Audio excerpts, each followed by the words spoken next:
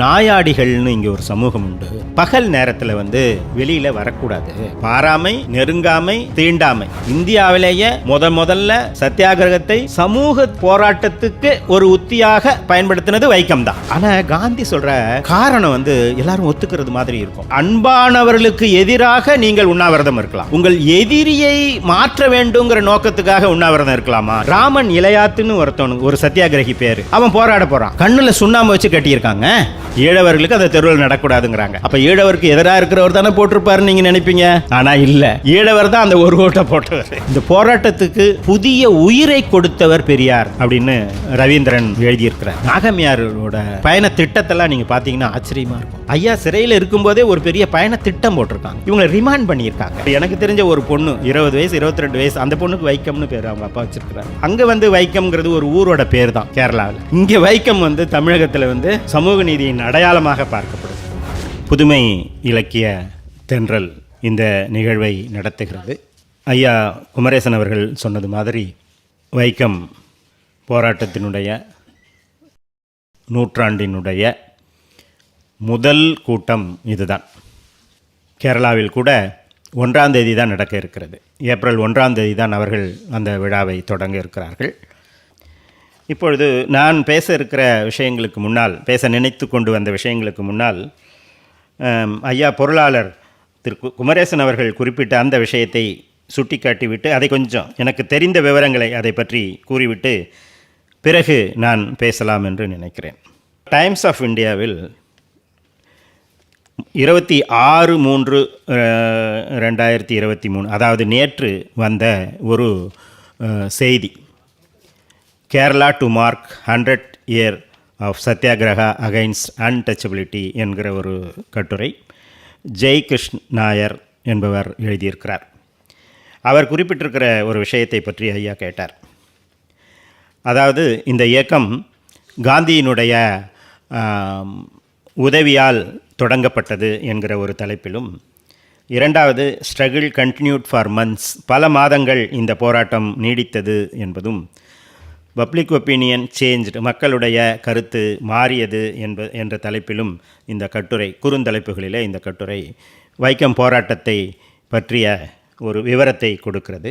அந்த வகையில் காந்தியினுடைய உதவி இந்த போராட்டத்திற்கு இருந்தது என்பதை பற்றி அவர் விவரிக்கிற பொழுது ஒரு தகவலை அவர் எழுதியிருக்கிறார், ஜெய்கிஷன் எழுதியிருக்கிறார். They were acting on an idea that had arisen 3 years earlier in 1921 when social activist T.K. Madhavan had met M.K. Gandhi at Tirunelveli to seek his advice and support for launching an agitation for temple entry என்று ஒரு வரி இருக்கிறது.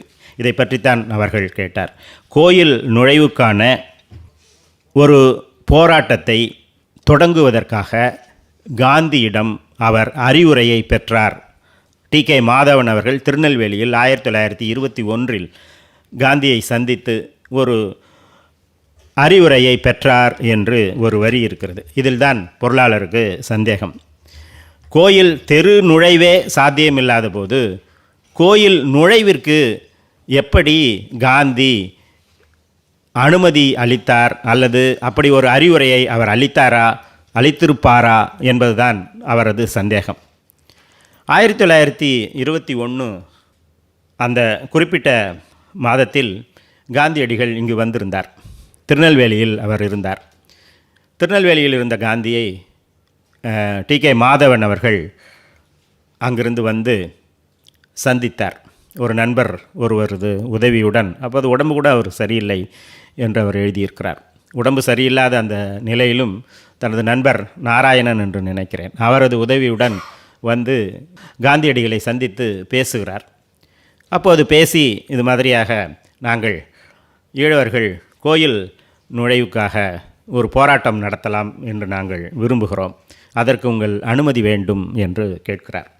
அதற்கு காந்தி சொல்லுகிறார், முதல்ல படிங்க, முதல்ல பள்ளிக்கூடத்துக்கு போங்க, படிச்சுக்குப்போம். படிப்பதே இன்றைக்கி தாழ்த்தப்பட்டவர்களுக்கு சாத்தியமில்லாமல் இருக்கிற போது அதற்கு அப்புறம் இது எல்லாத்தையும் பார்த்துக்கலாம். முதல்ல பள்ளிக்கூடத்துக்கு போங்க, பள்ளிக்கூடத்துக்கு போகிறதுக்குரிய உரிமையை நான் முதல்ல போராடி பெறுவோம், அதுக்கப்புறம் பார்த்துக்கலாம் அப்படிங்கிறார். அப்போ மாதவன் சொல்கிறாரு, நீங்கள் இந்தியாவில் இருக்கிற தீண்டாதவர்களுடைய தாழ்த்தப்பட்டவர்களுடைய நிலைமையை மனத்தில் வைத்து கொண்டு நீங்கள் அது மாதிரி சொல்கிறீங்க. ஆனால் கேரளாவில் அப்படி இல்லை. கேரளாவில் ஈழவர்களாக நாங்கள் பள்ளிக்கூடத்துக்கெல்லாம் போகிறோம், நாங்கள்லாம் படிக்கிறோம், நாங்கள் செல்வ வளமுடனும் இருக்கிறோம், பதவிகள் எல்லாம் கூட நாங்கள் இருக்கிறோம். எங்களுடைய ஈழவ இனத்தை சேர்ந்த ஒருவர் நீதிபதியாக கூட இருக்கிறார். அதனால் எங்களுக்கு படிப்பு பிரச்சனை இல்லை. படிப்பு எங்களுக்கு பிரச்சனை ஒரு வகையில் இருக்குது. அது எப்படி அது படிப்பில் ஒரு பிரச்சனைன்னு சொன்னால் எதை சொல்லணும் அப்படின்னா, பள்ளிக்கூடங்களில் எங்களுக்கு அனுமதி உண்டு, ஏறக்குறைய பள்ளிக்கூடங்களில் எங்களுக்கு அனுமதி உண்டு. ஆனால் திருவனந்தபுரத்தில் இருக்கிற மன்னர் இருக்கிற அரண்மனைக்கு 5 கிலோமீட்டர் சுற்றளவு உள்ள இடங்களில் இருக்கிற பள்ளிக்கூடங்களில் ஈழவர்களுக்கு அனுமதி இல்லை. மற்றபடி இதுதான் பிரச்சனை, ஈழவர்களுக்கு படிப்பில் பிரச்சனைனா இதுதான், வேறு எங்களுக்கு பிரச்சனை இல்லை. நீங்கள் நம்ப மாட்டீங்க, எங்கள் இனத்து பெண் ஒருத்தவர், ஈழவ இனத்து பெண் ஒருத்தவர் இங்கிலாண்டில் பாரிஸ்டர் படிச்சுக்கிட்டு இருக்காங்க. உங்களை போல் கொஞ்ச நாளில் பாரிஸ்டராக வருவாங்க. காந்திகிட்ட சொல்கிறார், உங்களை போல் பாரிஸ்டராக கொஞ்ச நாளில் வருவாங்க அப்படிங்கிறாரு. உடனே காந்தி சிரிக்கிறார். அப்படியா அப்படின்னு சிரிக்கிறார். அப்போ படிப்பில் உங்களுக்கு பிரச்சனை இல்லை. படிப்பில் எங்களுக்கு எந்த பிரச்சனை இல்லை. எங்களுக்கு செல்வ வளமும் எங்களுக்கு வசதியானவர்கள்லாம் இருக்கிறாங்க. ஆனால் எங்களுக்கு சமூக அடிமைத்தனம் தான் இருக்குது. தொட்டால் தீட்டு, பார்த்தால் இது, பாராமல், இந்த மாதிரியான பிரச்சனைகள் தான். சமூகத்தில் எங்களுக்கு மதிப்பு இல்லை, மரியாதை இல்லை. எங்களை அவர்களை விட கீழானவர்களாக எங்களை நடத்துகிறாங்க. கோயில் தெருவில் எங்களுக்கு அனுமதி இல்லை. இதுதான் எங்களுக்கு பிரச்சனை அப்படிங்கிறார். அப்போ காந்தி சொல்கிறார், அப்படியானால் நீங்கள் கோயில் நுழைவு போராட்டத்துக்கு தகுதியானவர்கள் தான், அதனால் நீங்கள் போராடலாம்.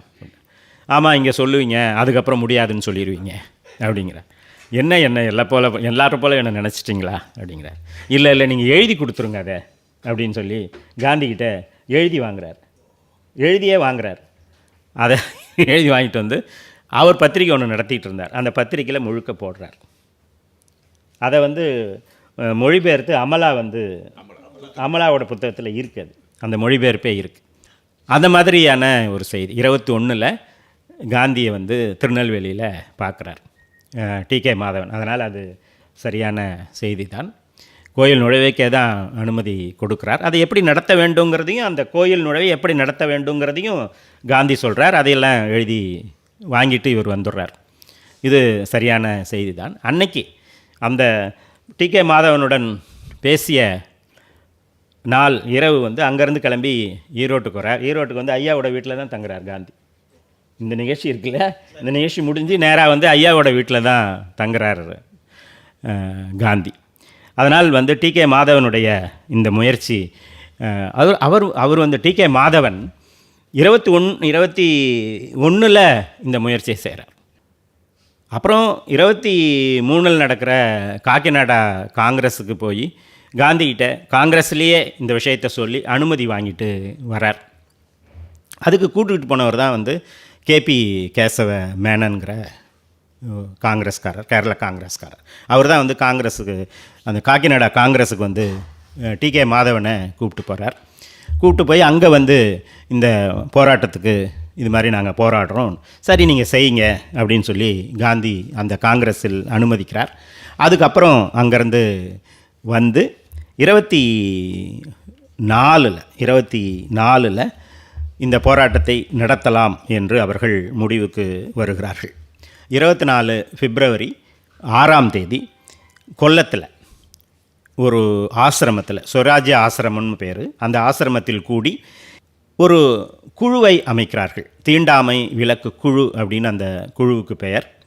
அந்த குழுவை அமைக்கிறார்கள். அந்த குழுவை அமைத்து நாம் கோயில் நுழைவுக்கும் கோயில் தெரு நுழைவுக்குமான ஒரு போராட்டத்தை தொடங்கலாம் என்று அவர்கள் முடிவுக்கு வருகிறார்கள். 29 பிப்ரவரி 1924 காங்கிரஸ் சார்பில் வைக்கத்தில் ஒரு பொதுக்கூட்டத்தை நடத்துகிறாங்க. வைக்கத்தில் இந்த போராட்டத்தை நடத்துவதாக முடிவு செய்த பிறகு அந்த மக்களை தயார்படுத்துவதற்காக வைக்கத்திலேயே ஒரு பொதுக்கூட்டத்தை நடத்துகிறாங்க. நடத்தி ஒரு மாதம் இந்த பிரச்சாரம் நடக்குது. கோயில் தெருவில் நாங்கள் நுழைய போகிறோம் அப்படிங்கிறத சொல்லி மக்களை தயார்படுத்துகிறாங்க. 30 மார்ச் 1924 இந்த போராட்டம் தொடங்குகிறது. இந்த போராட்டம் எப்படி நடந்ததுன்னு சொன்னால், ஒரு 3 பேர் வேறு ஜாதியை சேர்ந்த தாழ்த்தப்பட்ட பிற்படுத்தப்பட்டவர்கள், உயர் ஜாதியினர் கூட அதில் இருக்கலாம். இந்த 3 பேர் காலையில் புறப்பட்டு அந்த தடை செய்யப்பட்ட இடம்னு ஒன்று உண்டு கோயிலுக்கு, அந்த இடத்துல நின்று எங்களை அதற்கு மேல் செல்ல அனுமதியுங்கள் அப்படின்னு அங்கேருந்து கேட்பாங்க. காவல்துறை அவர்களை கைது செய்து சிறையில் அடைக்கும். இதுதான் போராட்ட முறை. இது எந்த இடத்துல அவங்க கோயில் தெருவில் எந்த இடத்துல நிற்பாங்க அப்படிங்கிற ஒரு கேள்வி வரும். இன்றைக்கி கோயில் தெருவில் எல்லோரும் நுழையலாம். அன்றைக்கி குறிப்பாக கேரளத்தில் ஒரு குறிப்பிட்ட எல்லைக்கு மேல் கோயிலுக்கு பக்கத்தில் நாம் போகக்கூடாது. அந்த ஒரு எல்லையை வரையறுத்து அந்த இடத்துல ஒரு பலகையை வைப்பாங்க. அதுக்கு தீண்டல் பலகை அப்படின்னு பேர். அந்த இடத்துக்கு மேலே போகக்கூடாது, தாழ்த்தப்பட்டவர்கள் போகக்கூடாது. தாழ்த்தப்பட்டவர்கள் பிற்படுத்தப்பட்டவர்கள், குறிப்பாக கேரளத்தில் பார்த்திங்கன்னா ஈழவர்கள் பிற்படுத்தப்பட்டவர்களாக இருக்காங்க, புலையர்கள் தாழ்த்தப்பட்டவர்களாக இருக்காங்க. இவங்க அந்த இடத்தை தாண்டி போகக்கூடாது, அந்த இடத்துல நின்றுடணும். அதுக்கப்புறம் போனால் அது தீட்டாயிடுது அந்த இடம் அப்படின்னு அவர்களுடைய கேரள உயர்ஜாதியினுடைய நம்பிக்கை. அந்த இடத்துல நின்றுடணும். இதுதான் அந்த தீண்டல் பலகைன்னு பேர். இந்த தீண்டல் பலகையை எடுக்க சொல்லி நூற்றாண்டுகளாக அவங்க போராடிக்கிட்டு இருக்காங்க. சட்டசபையில் அதை பற்றி பேசுவாங்க, மக்கள்கிட்ட பேசுவாங்க. ஆனால் ஒரு பயனும் நிகழலை. இது ஒரு போராட்டமாக நடத்தலாம் அப்படின்னு தான் டி.கே. மாதவன் நினைத்து இந்த போராட்டத்தை அவர் எடுக்கிறார். அவர் இந்த போராட்டத்தை எடுத்த பிறகு தான் காங்கிரஸுக்கு வரார். அதுக்கு முன்னாடி அவர் எஸ்என்டிபியில் அவர் ஈழவர்களுக்கான நாராயண குரு ஆரம்பித்த அந்த இயக்கத்தில் அவர் செயலாளரெல்லாம் இருந்தவர். இந்த போராட்டத்திற்காக அவர் காங்கிரஸிலும் சேருகிறார். அதுக்கப்புறம் தான் இந்த போராட்டம் நடைபெறுகிறது. இந்த காங்கிரஸில் சேருவதற்கு முன்னர் எஸ்என்டிபியில் அவர் இருக்கிற போதே இந்த மாதிரியான முயற்சிகள் எல்லாம் அவர் தொடர்ந்து எடுக்கிறார். இந்த தீண்டல் பலகையே எடுத்துடணும் அப்படின்னு. இதை அரசாங்கம் ஒத்துக்கொள்ளாமல் இருந்தது. சரி, 30ஆம் தேதி இந்த போராட்டம் நடக்கு. 31ஆம் தேதியும் இது மாதிரி ஒரு 3 பேர் போகிறாங்க. ஒரு நாயர், 2 ஈழவர். 2வது நாள் போகும்போது முதல் நாள் ஒரு புலையர், ஒரு தீயர், ஒரு நாயர் ஆக 3 பேர் போகிறாங்க. புலையர்னு சொன்ன, தீயர்னா அவர்களுக்கும் கீழே, புலையர்களுக்கும் கீழே தீயர்னு பேர். அது மாதிரியான ஒரு ஜாதி அங்கே உண்டு. இன்னொரு ஜாதி அங்கே உண்டு, அவங்களுக்கு பேர் நாயாடிகள்னு பேர். அந்த நிலைமையெல்லாம் அங்கே நினச்சிங்கன்னா ரொம்ப நீங்கள் இரவு சாப்பிட முடியாது உங்களால். அவர்களோட நிலைமை அது மாதிரி. ஒரு முறை காந்தி அங்கே வந்திருக்கிறார், பாலக்காட்டுக்கு வந்திருக்கிறார். பாலக்காட்டில் டிஆர் கிருஷ்ணசாமி ஐயர் அப்படின்னு ஒரு காங்கிரஸ்கார், அவரும் இந்த போராட்டத்தில் உண்டு. ஐயாவை அந்த போராட்டத்திற்கு வாருங்கள் என்று அழைத்து கடிதம் எழுதியவர்களில் அவரும் ஒருவர். டிஆர் கிருஷ்ணசாமி ஐயர்னு பேர். அவர் பாலக்காட்டில் சபரி ஆசிரமம் என்று ஒரு ஆசிரமத்தை அவர் நடத்திட்டு வந்தார். அந்த ஆசிரமத்தில் ஒரு இரவு காந்தி படுத்துட்ருக்கிறார். இரவு பக்கத்தில் இருக்கிற ராஜாஜி இதுக்கு ஏதாவது சத்தம் கேட்குதா அப்படின்னு கேட்குறார் காந்திகிட்ட. கூர்ந்து கேட்டுவிட்டு காந்தி சொன்னார், ஆமாம், ஏதோ ஒரு குலவை இடுகிறது மாதிரியான ஒரு சத்தம் கொஞ்சம் தூரத்திலிருந்து கேட்குது அப்படின்னு கேட்குறார். அது என்ன உங்களுக்கு தெரியுமா?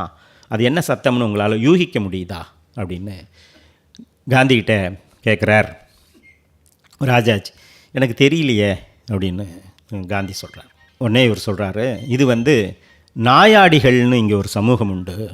இந்த சமூகம் பகல் நேரத்தில் வெளியில் வரக்கூடாது.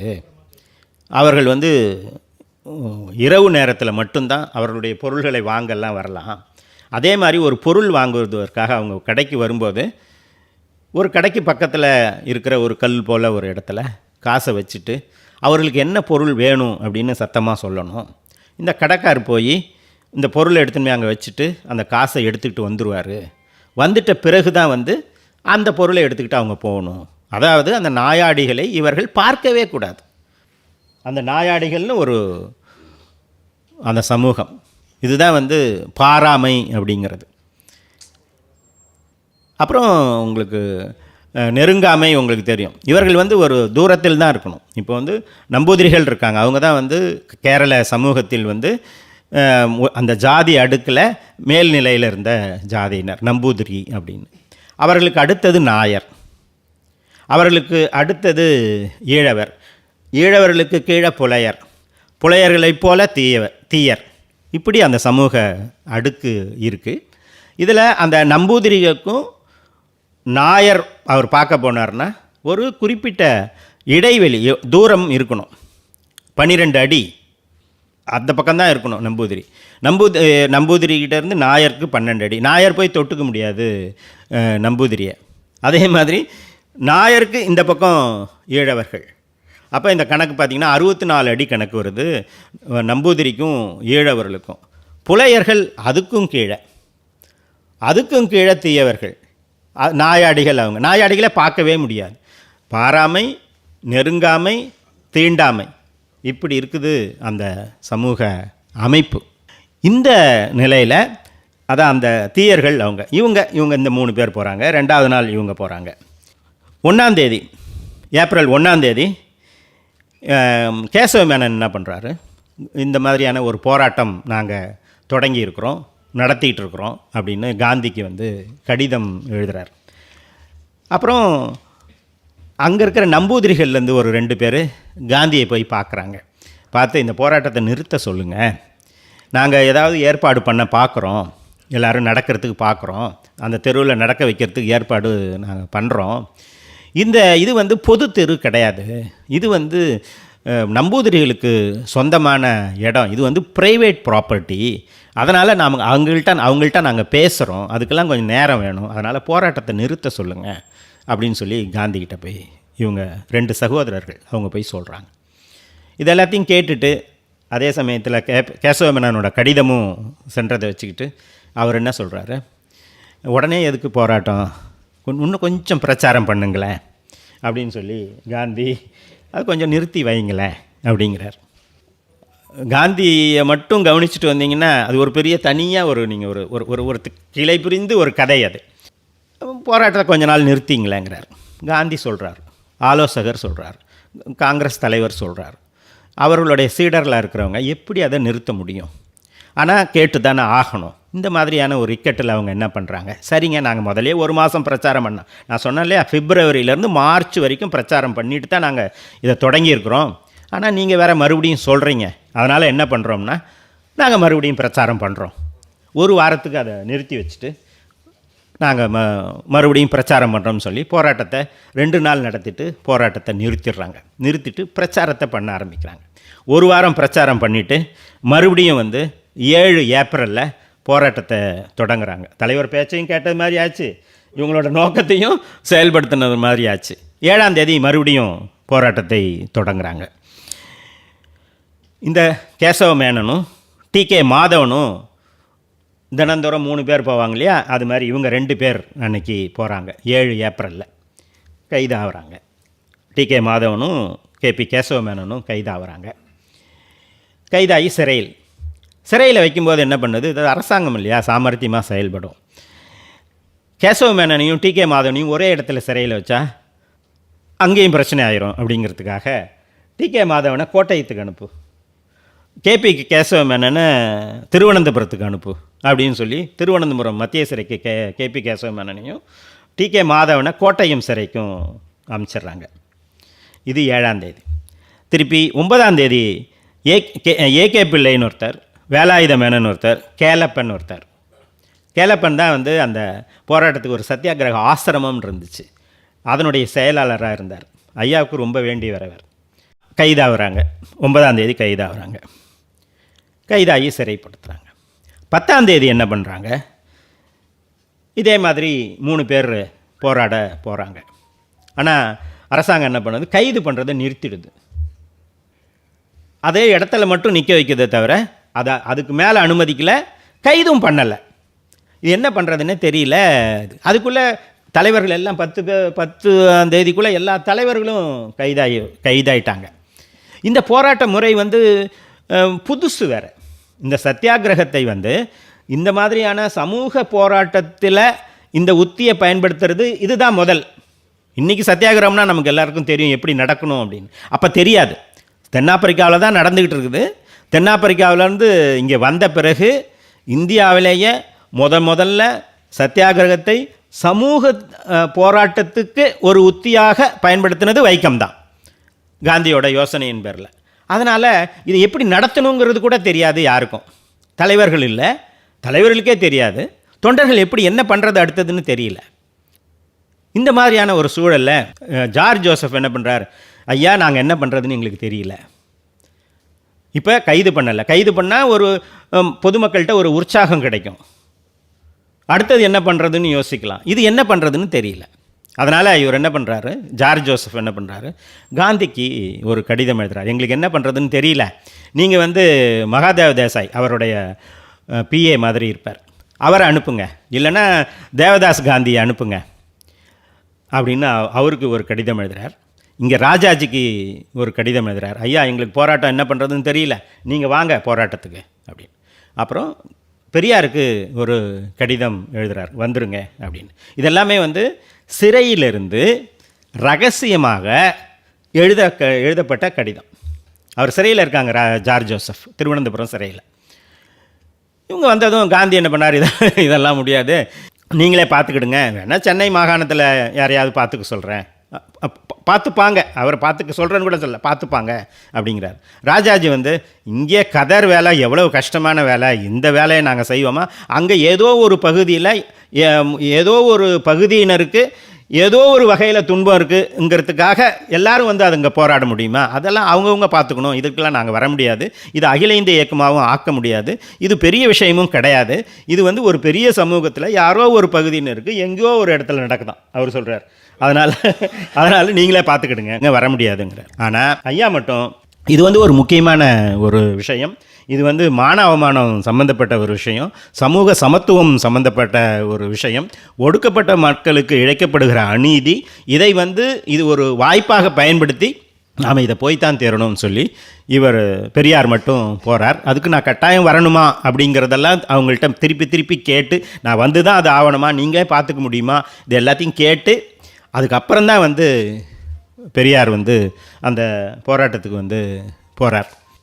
ஏப்ரல் 13 வந்து ஐயா வந்து வைக்கத்துக்கு போய் இறங்குறார்.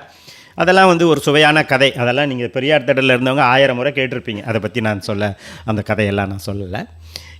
நானே எங்கள் ஆசிரியர் சொல்லி அதை கேட்டிருக்கேன், பல முறை கேட்டிருக்கேன் மாணவராக இருந்தபோது. அதெல்லாம் நடக்கு. அரசாங்கமே வந்து பெரியாரை வந்து வரவேற்குது. அரசாங்கத்தை எதிர்க்க போன ஒருவரை அரசாங்கமே வந்து வரவேற்கிறதுங்கிறது வந்து ஒரு ஆச்சரியமாக இருக்குது. அந்த மக்கள்கிட்ட வந்து எழுச்சி வர்றதுக்கு, பெரியார் பேரில் ஒரு ஆர்வம் வர்றதுக்கு, பெரியார் வந்து பேசுகிறத கேட்க வர்றதுக்கு இதெல்லாம் வந்து ஒரு காரணம். பெரியார் 13 போகிறார். அப்புறம் அவங்க என்ன பண்ணாங்க, ஒரு உண்ணாவிரதம் இருக்கலாம், அந்த இடத்துல அனுமதிக்கு மறுக்கிறாங்க, ஒரு உண்ணாவிரதம் இருக்கலாம்னு சொல்லி உண்ணாவிரதம் இருக்கிறாங்க. நாங்கள் இது மாதிரி உண்ணாவிரதம் இருக்கிறோம், உண்ணாவிரதம் இருந்ததும் அது ஒரு பெரிய ஆச்சரியமாக இருக்குது, மக்களுக்கு வந்து ஒரு எழுச்சி வருது. நாங்கள் உண்ணாவிரதம் இருக்கிறோன்னு பெரியார் காந்திக்கு எழுதுனதும் காந்தி என்ன சொல்கிறார், அதெல்லாம் உண்ணாவிரதம்லாம் இருக்கக்கூடாது, வந்து நீங்கள் வந்து எப்படி உண்ணாவிரதம் இருக்கலாம் உங்கள் ஆனால் காந்தி சொல்கிற காரணம் வந்து எல்லாரும் ஒத்துக்கிறது மாதிரி இருக்கும், அதோட நோக்கத்தை கொஞ்சம் யோசிக்கலாம் நம்ம. ஆனால் காரணம் வந்து பார்த்திங்கன்னா ரொம்ப நல்லாயிருக்கும். நீங்கள் வந்து உங்களுக்கு அன்பானவர்களுக்கு எதிராக நீங்கள் உண்ணாவிரதம் இருக்கலாம், உங்கள் எதிரியை மாற்ற வேண்டுங்கிற நோக்கத்துக்காக உண்ணாவிரதம் இருக்கலாமா, இருக்க முடியுமா? அவன் வந்து ஒரு கொடுங்கோலனாக இருக்கிறான், உங்களுடைய உண்ணாவிரதத்தால் அவனுடைய மனம் மாறப்போகிறதா அப்படின்னா நிச்சயமாக மாறாது. அப்படி இருக்கும்போது அவனை எதிர்த்து ஏன் நீங்கள் வந்து உண்ணாவிரதம் இருக்கிறீங்க? உங்கள் வீட்டில் வந்து உங்கள் அப்பா குடிக்கிறாரு அப்படின்னா அப்பா குடிக்கக்கூடாது அப்படிங்கிறதுக்காக மகன் உண்ணாவிரதம் இருக்கலாம், உங்கள் அப்பாவோட மனசு மாறும். ஆனால் ஒரு எதிரிக்காக நீங்கள் வந்து உண்ணாவிரதம் இருப்பீங்களா அப்படின்னு கேட்குறாரு. ரொம்ப டச்சிங்காக இருக்குல்ல, லாஜிக்காக இருக்கு. ஆனால் அந்த லாஜிக்லேயும் ஒரு கன்சிஸ்டன்ஸ் உண்டு. நீங்கள் யோசிச்சு பார்த்தீங்கன்னா காந்தியுடைய உண்ணாவிரதங்கள் எல்லாம் இந்தியர்களையும் இங்கே இருக்கிறவர்களையும் எதிர்த்து தான் எல்லா உண்ணாவிரதமும் இருந்தது. ஒரே ஒரு உண்ணாவிரதம் கூட பிரிட்டிஷாருக்கு எதிராக இல்லை. அவர் எதிரியாக பிரிட்டிஷ்காரன் நினைக்கிறாரு, அவர்களுடைய மனசை மாற்ற முடியாதுன்னு நினைக்கிறாரு, அதனால் அவங்களுக்கு எதிராக பண்ணவே இல்லை ரொம்ப லாஜிக்காக இருக்கும். நீங்களும் அவ்வளவு சுலபமாக வந்து காந்தியை வந்து நம்ம வந்து பண்ணிட முடியாது. அப்புறம் இது சொல்லிடுறாரு, உண்ணாவிரதம் இருக்கக்கூடாதுங்கிறாரு. அவரு அவங்களோட பேரன் ஒரு முறை சொன்னார், தன்னை தவிர வேற இதெல்லாம் ஒளிப்பதிவாக என்ன ஆக போதும்,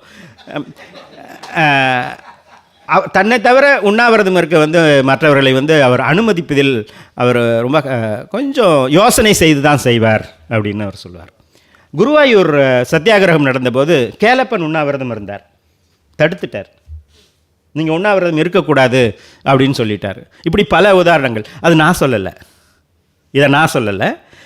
காந்தியோடைய பேரன் கோபாலகிருஷ்ண காந்தி அவருடைய கட்டுரையில் எழுதியிருக்கிறார். தப்பிச்சிட்டுனா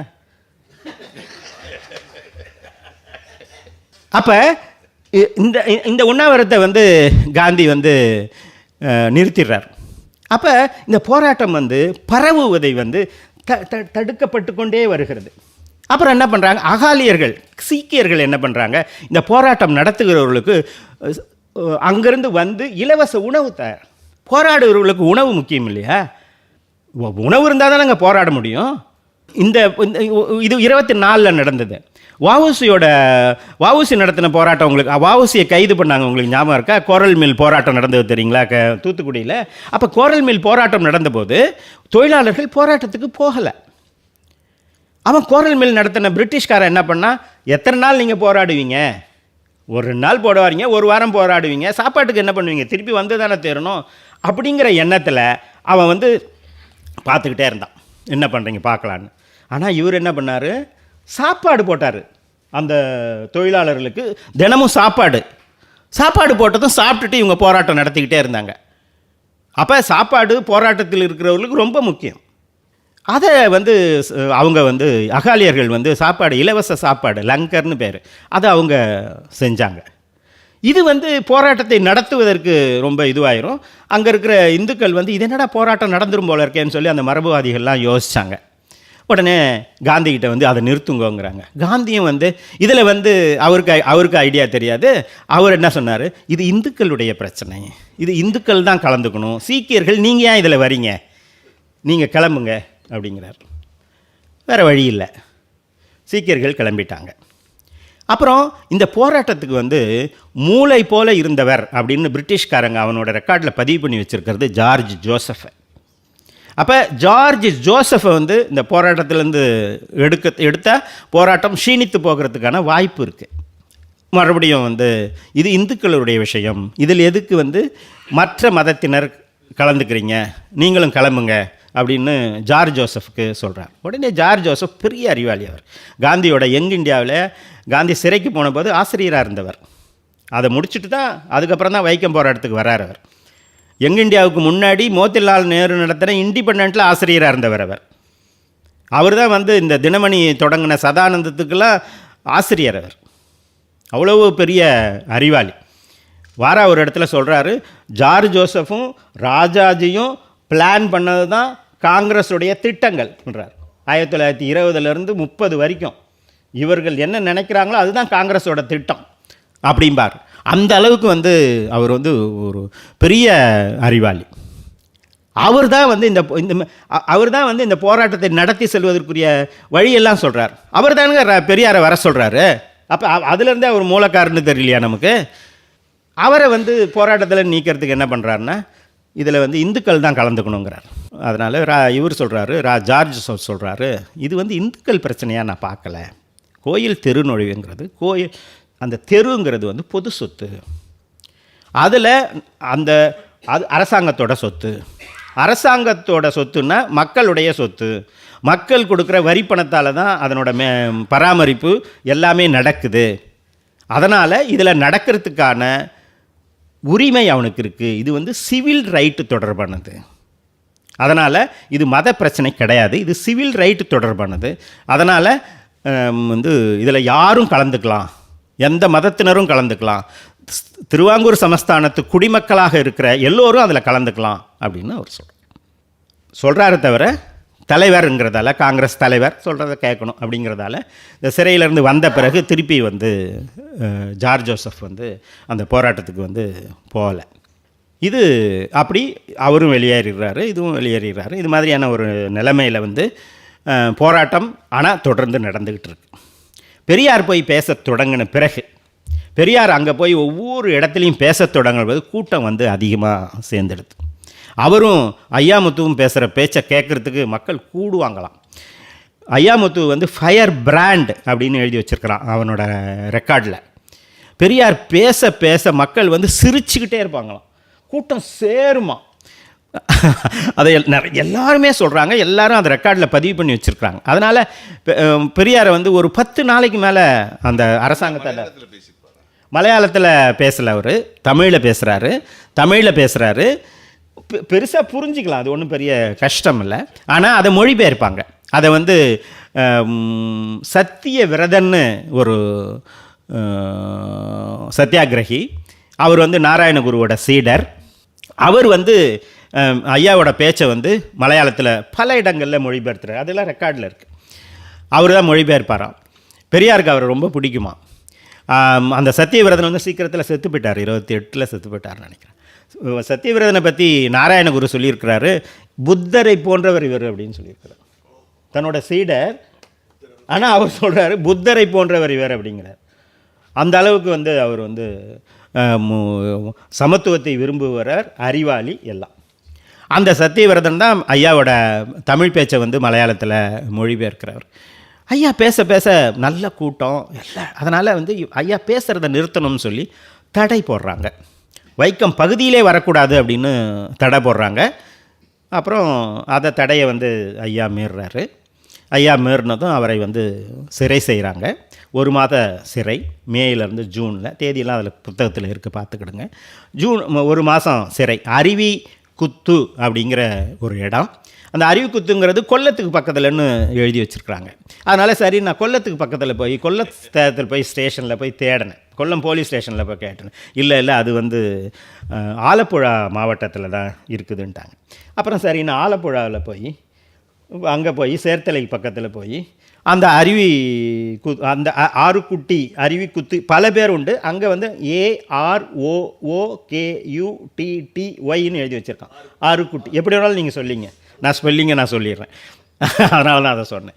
அப்போ அந்த இடத்துக்கு நாங்கள் போனோம். அங்கே ஸ்டேஷன் இல்லை. இப்போ போனோம் சமீபத்தில், அங்கே இல்லை, அது வேறு ஒரு இடத்துக்கு போய் எடுத்துனாங்க. பூச்சக்கல்லுங்கிற இடத்துக்கு போய் எடுத்து அந்த பூச்சக்கல்லில் போய் கேட்டோம். ஆமாம், இங்கே வந்துருச்சு, ஆனால் அங்கே பழைய இது இருக்குது, நீங்கள் போய் பாரு. அங்கே போய் பார்த்தோம். ஐயா இருந்த இந்த சிறையை போய் நாங்கள் பார்த்தோம். இடிஞ்சு போய் கிடக்கு. இதில் எழுதியிருக்க மாட்டேன். இல்லை, அது வேறு, அது சொல்கிறேன், அது வேறு.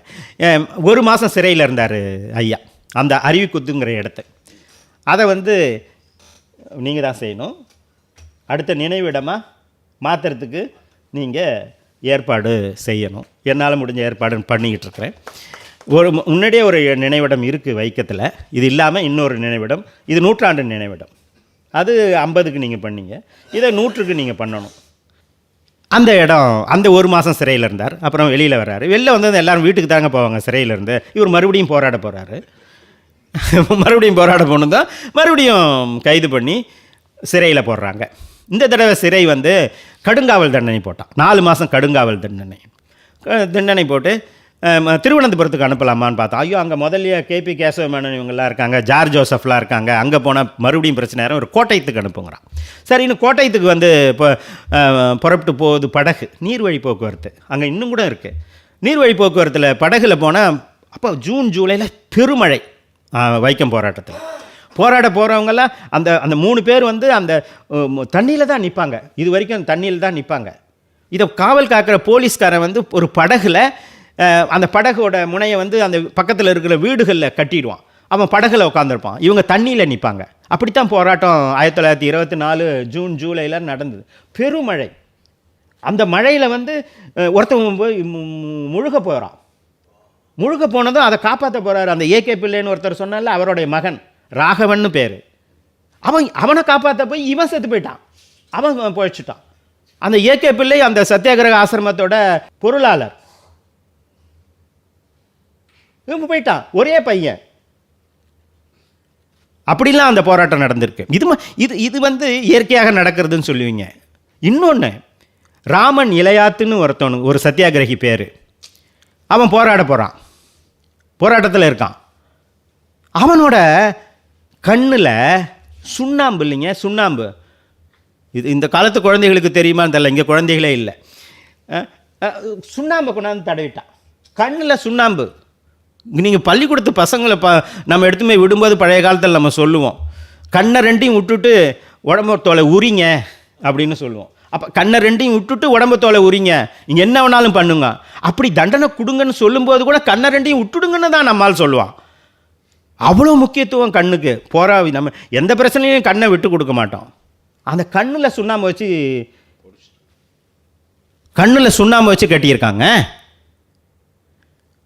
உடனே அவனுக்கு கண் எரிஞ்சிருக்கும், என்ன பண்ணியிருப்பாங்கன்னு தெரியும். அப்புறம் திருப்பி ஆசிரமத்தில் கொண்டாந்து அவனுக்கு மருத்துவம்லாம் பார்க்குறாங்க. மருத்துவத்துக்கு நம்ம தமிழால் போயிருக்கான். கோவிந்தாச்சாரின்னு காஞ்சிபுரத்துலேருந்து ஒரு டாக்டர், சித்த வைத்திய டாக்டர், அவர் அந்த ஆசிரமத்திலேருந்து இந்த மாதிரி பார்க்குறதுக்கு அவர் போய் தங்கியிருக்கிறார். அவர் அந்த வைத்தியத்தெல்லாம் பார்க்குறாரு.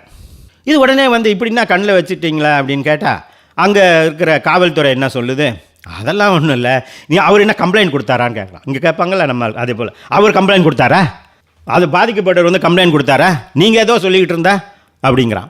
அவன் மறுபடியும் கம்ப்ளைண்ட் கொடுத்தா இன்னும் பிரச்சனை வந்துடும்னு அவன் கம்ப்ளைண்ட் தரல, ஆசிரமத்தில் தான் போய் கம்ப்ளைண்ட் தராங்க. பாதிக்கப்பட்டவர் கம்ப்ளைண்ட் கொடுத்தாரா, இல்லை, அப்போ இதில் ஏதோ இது இருக்குது அப்படிங்கிறான். அரசாங்கம் என்ன சொல்லுதுன்னா, அவர் போனார், பின்னால் ஒரு பாலக்காட்டு நாயர் போய் என்ன பண்ணார், ஒரு சும்மா அவனை ஒரு கோமாளி மாதிரி காமிக்கிறதுக்காக என்ன பண்ணாங்க, சுண்ணாம்பு கொஞ்சம் அவன் மேலே தெளித்தாங்க. அவன் தலையில் தான் அது பட்டுச்சு. அந்த சமயத்தில் மழை பெஞ்சிக்கிட்டு இருந்துச்சு.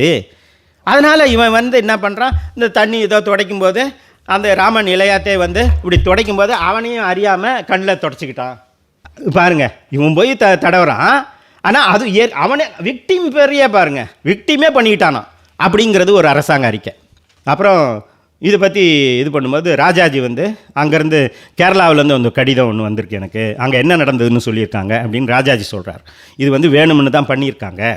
ஒரு நாயர் என்ன பண்ணியிருக்காரு, அவனை போய் முன்னாடி போகிற இளையாத்தை அப்படி நண்பர் அணைப்பது போல் ஒரு கட்டி அணைச்சி சுண்ணாம்பும் காட்டாமனுக்கு பாலும் கலந்த சாந்தை அவனோட கண்ணில் அப்பியிருக்காங்க அப்படிங்கிறது எனக்கு ஆதாரபூர்வமாகவே எனக்கு தெரிய வருது அப்படின்னு ராஜாஜி எழுதுறார். அது மழையில் காலமாக வருதுங்கிறது ஒன்று, இது செயற்கையாக இது மாதிரி வேணும்னு பண்ணுறது ஒன்று. இந்த மாதிரியான துன்பங்கள் அங்கே நிறைய நடந்தது எதிர்ப்பாளர்கள் வழியாக. அதுக்கப்புறம் என்ன ஆகுதுன்னா, 2ஆம் முறை பெரியார் கைதாகிறாரு. அப்புறம் கைதானதும் அங்கே புதிய மன்னர் பதவியேற்றதால் விடுதலை சீக்கிரமாகவே பண்ணிடுறாங்க. விடுதலை பண்ணும்போதே பெரியாரும் கேபி கேசவமணனும் ஒரு அறிக்கை தராங்க. நீங்கள் இந்த போராட்டத்தை நல்லத விதமாக நடத்துவீங்கன்னு நினச்சிக்கிட்டு தான் நாங்கள் விடுதலையாகி வெளியில் வரோம். நீங்கள் இல்லை, போராட்டத்தை தொடர்ந்து நடத்துகிற மாதிரி தான் நீங்கள் எல்லாத்தையும் பண்ணிக்கிட்டு இருந்தீங்கன்னா நாங்கள் தொடர்ந்து போராடுவோம். நீங்கள் விடுதலை பண்ணிட்டதாலேயே நான் உங்களுக்கு சார்பாக ஆயிர மாட்டோம்னு அரசாங்கத்துக்கு எதிரான ஒரு அறிக்கையை விட்டுட்டு தான் வெளில வராங்க. ஆனாலும் அரசாங்கம் எதுவும் பண்ணலை. பெரியார் மறுபடியும் ஈரோடு வராமல் மறுபடியும் போய் போராடுறாரு. ஒரு 10-15 நாள் மறுபடியும் போராடின பிறகு இங்கே வீட்டுக்கு வராரு, ஈரோடு வராரு. ஈரோடு வந்ததுமே என்ன பண்ணுறாங்க, இவரை திருப்பி போகக்கூடாதுங்கிறதுக்காக அவர் 6 மாதம் முன்னாடி மந்தவெளியில் ஏதோ பேசினார் அப்படின்னு சொல்லி ஒரு கேஸை போட்டு சிறையில் தள்ளி விட்றாங்க ஐயாவை. அதனால் ஐயா மறுபடியும் ஐயாவால் போக முடியல. அங்கே போராட்டம் நடந்துகிட்ருக்கு. சட்டசபையில் தீர்மானம் வருது. அந்த சட்டசபையில் தீர்மானம் அரசாங்கத்துக்கு ஆதரவாக, அதாவது அரசாங்க ஏற்பாட்டில் தான் அது ஓட்டு இதெல்லாம் நடக்குது. 22 ஓட்டு இப்படியே தான் நிலைமை நீடிக்கணும் அப்படிங்கிறதும், இல்லை நிலைமை மாறி தீண்டாதவர்களுக்கு அந்த தெருவில் நடக்கிறதுக்கு வாய்ப்பு கொடுக்கணும் அப்படிங்கிறதுக்கு ஆதரவாக 21 ஓட்டும் கிடைக்குது. ஒரு ஓட்டு கூடுதலாக அரசாங்கத்துக்கு ஆதரவாக கிடைக்குது. அதனால் தீர்மானம் தோல்வி வருது. இந்த ஒரு ஓட்டை போட்டவர் யார் உங்களால் கற்பனை பண்ண முடியும்? ஈழவர்களுக்கு அந்த தெருவில் நடக்கூடாதுங்கிறாங்க. அப்போ ஈழவருக்கு எதிராக இருக்கிறவர் தானே போட்டிருப்பாருன்னு நீங்கள் நினைப்பீங்க. ஆனால் இல்லை, ஈழவர் தான் அந்த ஒரு ஓட்டை போட்டவர். இது மாதிரியான ஆட்கள் வரலாற்றில் நிறைந்து இருக்கிறார்கள், இன்றும் இருக்கிறார்கள், எப்போதும் இருப்பார்கள்னு நினைக்கிறேன். அப்புறம் அந்த சட்டசபையில் அந்த தீர்மானம் நிறைவேறின பிறகு நிலைமை ரொம்ப மோசமாயிருது. நம்பிக்கையை சத்தியாகிரகிகள் கொஞ்சம் இழக்க ஆரம்பிக்கிறாங்க. ஆனாலும் போராட்டத்தை விடலை. இவர்கள் போராட்டத்தை விடாமல் இருக்கிறத பார்த்துட்டு அரசாங்கமே ஒரு முடிவுக்கு இல்லை, இதை முடிச்சுக்கலாம் அப்படின்னு நினைக்கிறாங்க. அப்போ முடிச்சுக்கலாம்னு நினைக்கிற போது என்ன பண்ணுறாங்க, பெரியாரை தான் அழைச்சி பேசலாம்னு நினைக்கிறாங்க. பெரியார் சொல்கிறது இதுக்கு வேறு ஆதாரங்கள் இல்லை. ராஜாஜிக்கிட்டையும் சொல்கிறாங்க. ராஜாஜி நான் காந்தியை கூப்பிட்டு வரேன்னு சொல்லி காந்தியை அழைக்கிறாங்க. காந்தி சமாதானம் எல்லார்கிட்டையும் பேசுகிறாரு. காந்தி பேசும்போது என்ன பண்ணுறாரு, ஐயாவை வச்சுக்கிட்டு தான் பேசுகிறார். அவங்க ராணிக்கிட்ட போவார். ராணி ஏதாவது சொன்னாங்கன்னா ஐயாட்ட வந்து கேட்பார், இது மாதிரி சொல்கிறாங்க என்ன சொல்லலாம்னு. ஐயா ஏதாவது ஒரு பதில் சொல்லுவார். அது மாதிரி ஒரு பேச்சுவார்த்தை முடிஞ்சு அவர் கிளம்பிடுறார். 1925 மார்ச் மாதம் 9ஆம் தேதி காந்தி வர்றாரு. 18 வரைக்கும் இருக்கிறாரு. இந்த பேச்சுவார்த்தையெல்லாம் முடிச்சுட்டு போயிடுறாரு. அதுக்கப்புறமும் போராட்டம் கொஞ்சம் வலுவிழந்து, ஆனால் போராட்டம் நடக்குது. அந்த 4 தெருவில் 3 தெருவில் மட்டும் அவங்க வச்சுக்கிட்டு மக்களை நடக்க விட்டுட்டு ஒரு தெருவு மட்டும் அவர்கள் வைத்து கொள்கிறார்கள். அதனால் இது வந்து ஒரு வெற்றி அப்படின்னு நம்ம சொல்ல முடியாது. ஆனால் இந்த போராட்டத்துக்கு ஒரு இதுதான் ஒரு ஏறக்குறைய வெற்றிக்கு அருகில் இருக்கிற ஒரு சமாதானம் அப்படின்னு நம்ம சொல்லலாம். அதனால் வந்து 17 நவம்பர் 1925 சத்தியாகிரகிகள் வந்து நாங்கள் அந்த போராட்டத்தை வந்து வாபஸ் வாங்கிக்கிறோம் அப்படின்னு சொல்லி ஒரு தீர்மானத்தை ஏற்றுக்கிறார்கள். இந்த தீர்மானத்தை வைத்துக்கொண்டு அரசாங்கம் வந்து 23 நவம்பரில் இந்த 3 தெருவில் நுழையலாம். ஒரு தெருவில் தேவையானது போது மட்டும் எல்லாரும் நுழையிறதுக்கான வாய்ப்பு இல்லை. பிராமணர்கள் வந்து அவர்களே தேவையான போது மட்டும் நுழையலாம் அப்படிங்கிற மாதிரி ஒரு சமாதானம் ஒன்று செஞ்சு ஒரு ஆணையை பிறப்பிக்கிறார்கள். அந்த வகையில் 23 நவம்பர் 1925 அந்த போராட்டம் நிறைவு பெறுகிறது. 30 மார்ச் 1924 ஆரம்பித்து 23 நவம்பர் 1925 இந்த போராட்டம் 604 நாட்கள் வருது. இந்த 604 நாட்களில் தான் 603 நாட்கள்னு சொல்லி கேரளாக்காரங்க பண்ணுறாங்க. அந்த கடைசி நாளை விட்டுட்டாங்கன்னு நினைக்கிறேன். நான் கூட்டி பார்த்தேன். அதில் வந்து ஆமாம் பார்த்தேன். அந்த 23 அவங்க விட்டுருக்காங்க. அது அன்றைக்கி தான் ப்ரொக்ளமேஷன் வந்துருச்சே, அதனால் அதை விட்டுருப்பாங்கன்னு நினைக்கிறேன். ஆக 603 நாட்கள் அவங்க கேரள அரசாங்கம் அந்த விழாவை நடத்துகிறது.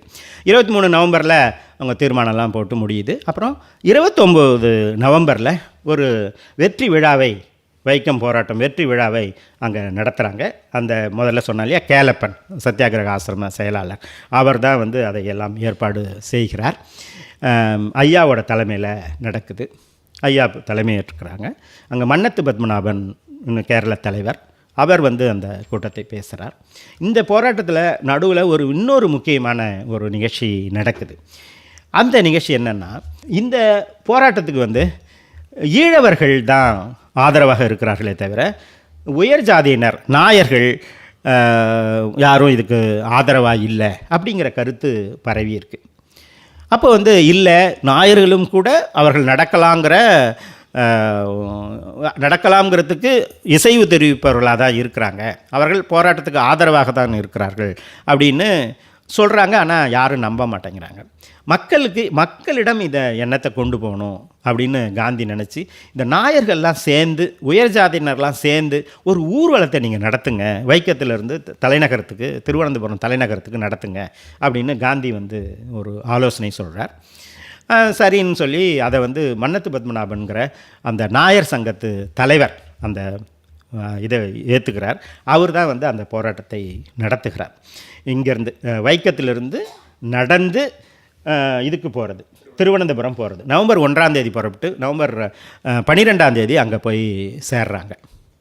வைக்கத்திலிருந்து கோட்டயம், செங்கானூர், மாவேலிக்கரா, கருணாகப்பள்ளி, கொல்லத்திலிருந்து வக்கம்னு ஒரு ஊர், வக்கம், அப்புறம் வர்க்கலையிலேருந்து திருவனந்தபுரம். அது 12 நாள் வந்து போகிறாங்க.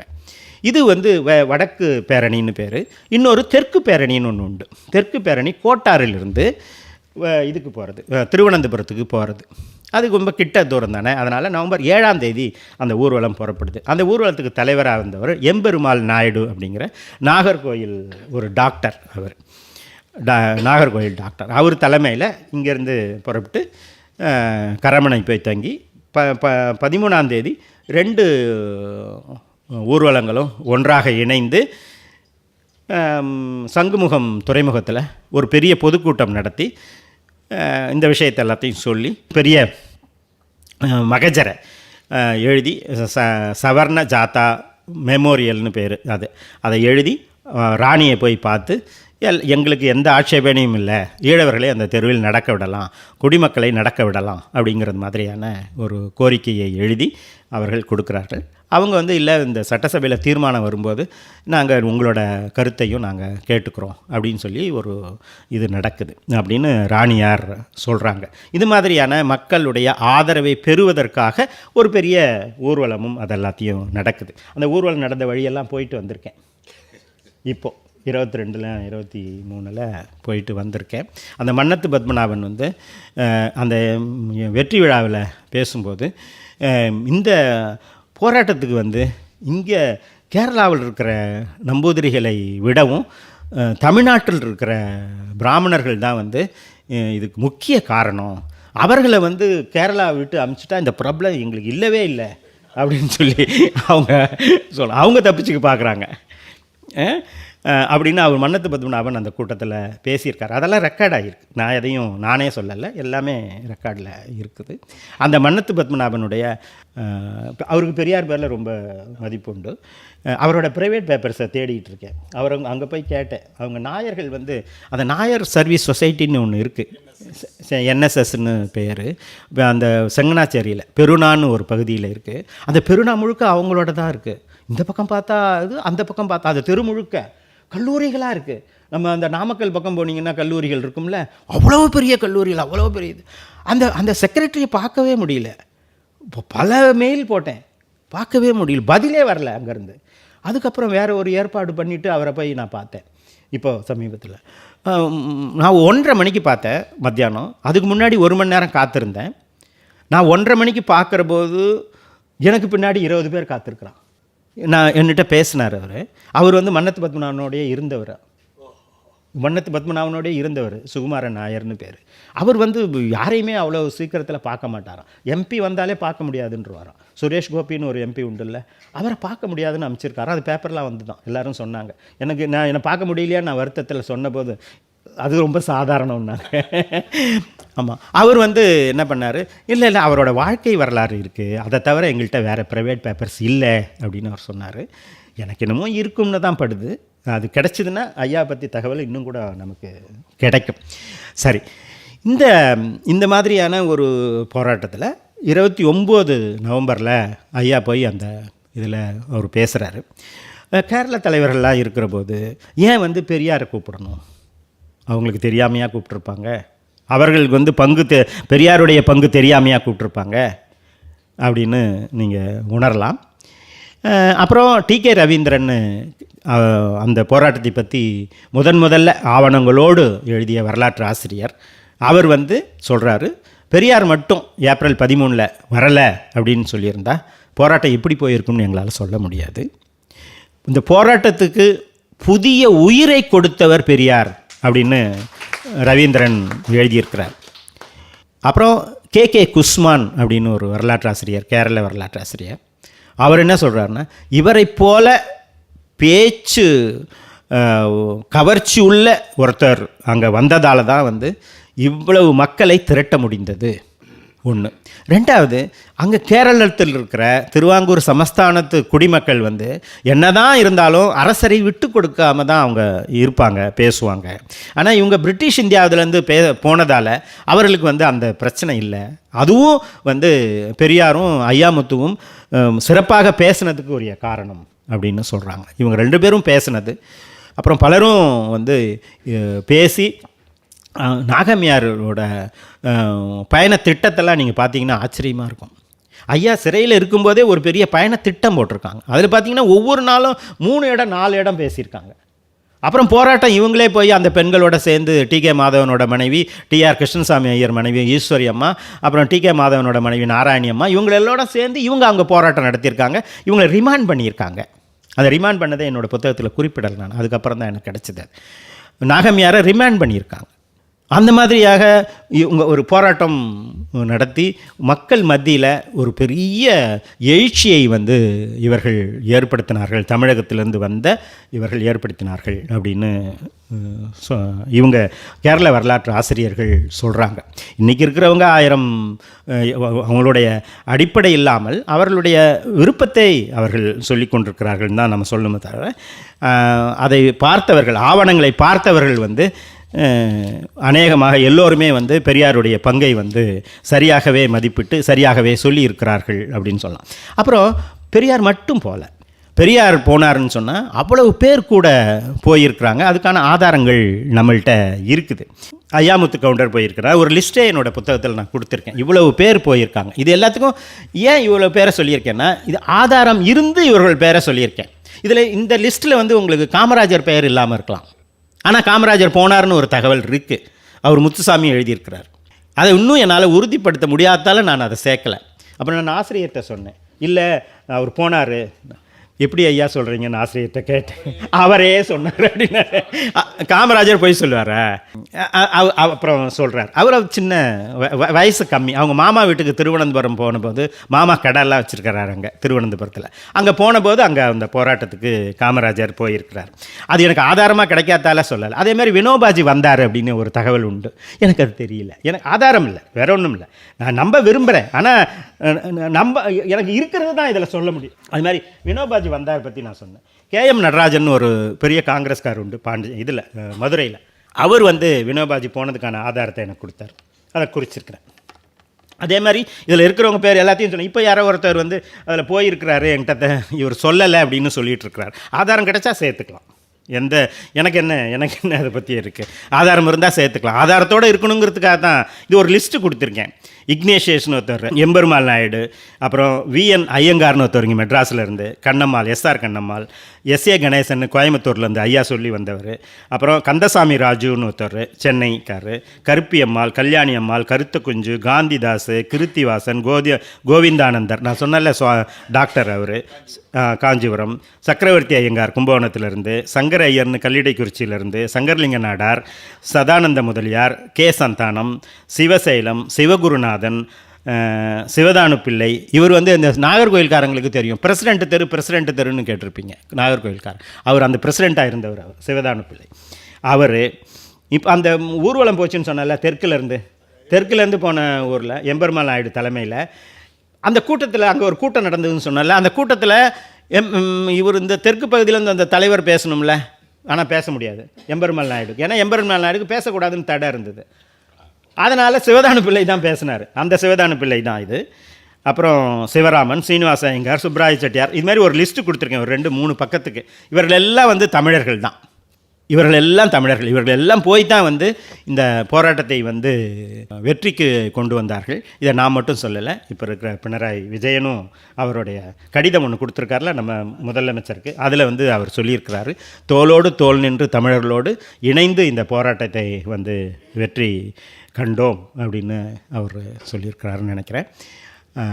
இந்த போராட்டம் தமிழர்களுடைய போராட்டமாகவே இது வந்து தமிழர்களால் பார்க்கப்படுகிறது. அந்த ஊரில் அதை ஞாபகம் வச்சுருக்காங்களா இல்லையான்னு நமக்கு தெரியாது. ஆனால் நம்ம ஊரில் அதை நம்ம வந்து ஞாபகம் வச்சுருக்குறோம். 1930 இந்த போராட்டம் நடந்த காலத்திலிருந்து ஐயா காலமாகிற வரை ஐயா வந்து பல முறை இதை வந்து திருப்பி சொல்லி தமிழர்களுடைய மனத்தில் வந்து ஒரு நீங்காத இடத்தை வைக்கத்துக்கு அவர் ஏற்படுத்தி கொடுக்குறார். அதோடு இல்லாமல் 30களில் பல பேருக்கு வந்து வைக்கம்னு பேர் வைப்பாங்க.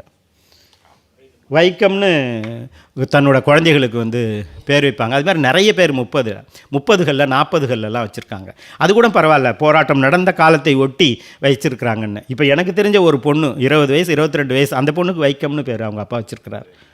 ஆக இங்கே வைக்கம் வந்து தமிழகத்தில் வந்து ஒரு சமூக நீதியின் அடையாளமாக பார்க்கப்படுகிறது. அங்கே வந்து வைக்கம்ங்கிறது ஒரு ஊரோட பேர் தான் கேரளாவில். நமக்கு வந்து அது ஒரு சமூக நீதியின் அடையாளம்.